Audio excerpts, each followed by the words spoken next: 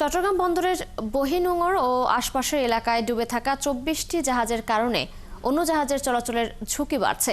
বন্দর ব্যবহারকারীরা বলছেন, আপাতত ডুবে থাকা জাহাজগুলো চলাচলের কোনো সংকট তৈরি না করলেও ভবিষ্যতে ঝুঁকি তৈরির শঙ্কা রয়েছে।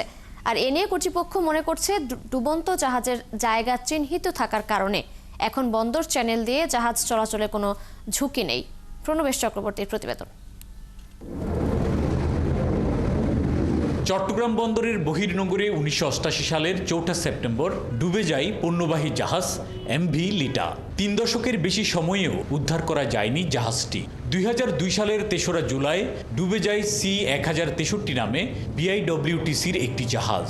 এভাবে গত ৫০ বছরে চট্টগ্রাম বন্দরের বহির্নোঙর ও আশপাশে ডুবে আছে ২৪টি জাহাজ। একনল অ্যাডভান্সড হাইজিন সোপ, এবার জীবাণু ধুলাবালি ঘাম ক্লিন বোল্ড। চট্টগ্রাম বন্দরের বহির্নোঙর আলফা, ব্রাভো ও চার্লি অ্যাঙ্করেজ নামে ৩টি অঞ্চলে বিভক্ত। এসব অঞ্চলে বাইরে থেকে আসা কন্টেনার ও কার্গোবাহী বড় জাহাজগুলো এসে নোঙর করে এবং লাইটার জাহাজে পণ্য খালাস করে।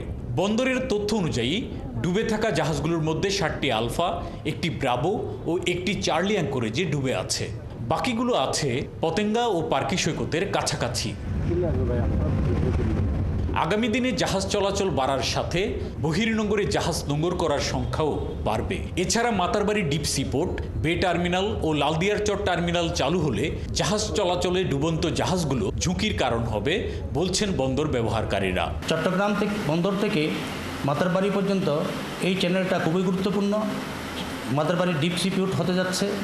চট্টগ্রাম বন্দরের যে আউটার এনকারেজ আছে সেখানেও অনেক সময় অনেক ঝুঁকি নিয়ে আমাদের জাহাজগুলি চলাচল করছে।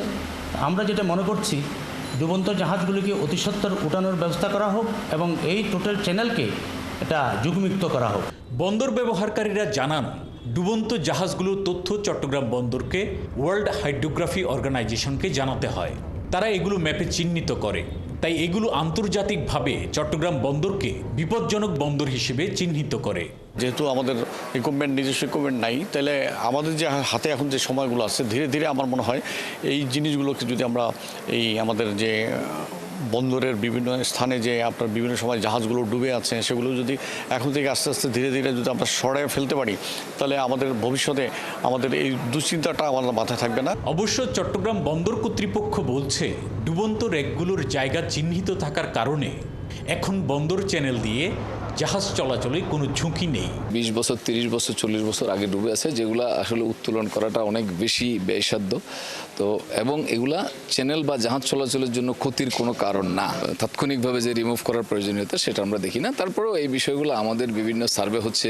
ওয়েলিংফোর্ড নামে একটা আন্তর্জাতিক মানের প্রতিষ্ঠান এখানে বিভিন্ন সময় এই যে আমাদের রিভার স্টাডিগুলো করে, তাদের সুপারিশ অনুযায়ী আমরা এই কার্যক্রমগুলো হাতে নিই। বন্দর ঝুঁকিমুক্ত রাখতে ডুবন্ত জাহাজগুলো সরাতেও বিশেষ অ্যাকশন প্ল্যান জরুরি বলছেন বন্দর ব্যবহারকারীরা।